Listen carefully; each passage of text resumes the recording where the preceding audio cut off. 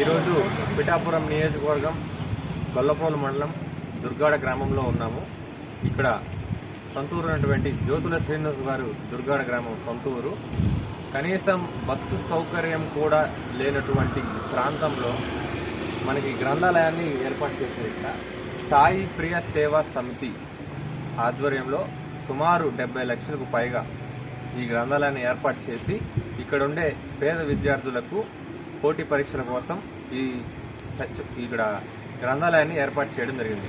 సాయి ప్రియ సేవా సమితి సెక్రటరీ మనతోటి మేకల కృష్ణ గారు ఉన్నారు, వారితో మాట్లాడదాం. చెప్పండి సార్. నమస్తే అండి.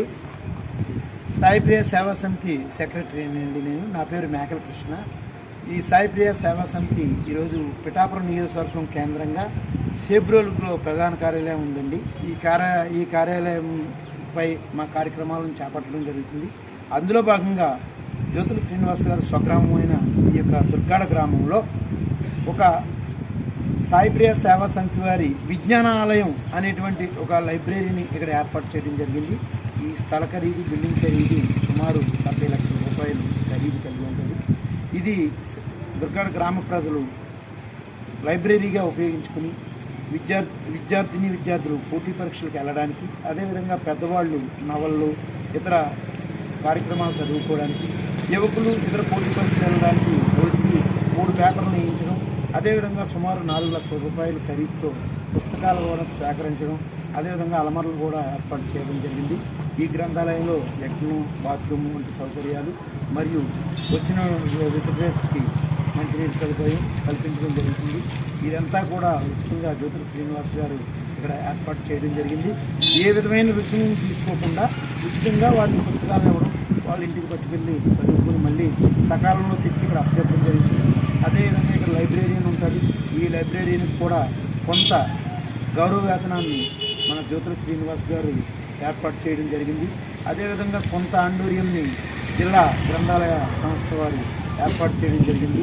అటు జిల్లా గ్రంథాలయ సంస్థ వారు శ్రీనివాస్ గారు కూడా ఈ యొక్క కార్యాలయాన్ని ప్రస్తుతం నిర్వహించడం జరుగుతుంది.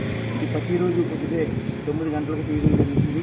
మధ్యాహ్నం 1 గంట వరకు జరిగి మళ్ళీ సాయంత్రం 3 గంటలకు తీసి సాయంత్రం 6 గంటల వరకు కూడా ఈ గ్రంథాలయ నిర్వహణ జరుగుతుంది.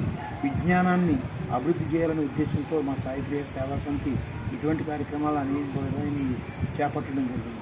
Thank you. దుర్గాడలో ఇంకేమైనా సేవా కార్యక్రమం జరిగింది? దుర్గాడ గ్రామంలో ప్రస్తుతం 2 శ్మశానాలను కూడా అభివృద్ధి పరిచి వాటి చుట్టూ ప్రహారీ గోడలు నిర్మించి, అదేవిధంగా అక్కడ ఖననం చేసుకోవడానికి తగు బిల్డింగ్ నిర్మాణాలు కూడా చేపట్టడం జరిగింది. అదేవిధంగా దుర్గాడ హై స్కూల్లో నాడు నేడు కార్యక్రమం జగన్ 2019లో ప్రవేశపెట్టారు.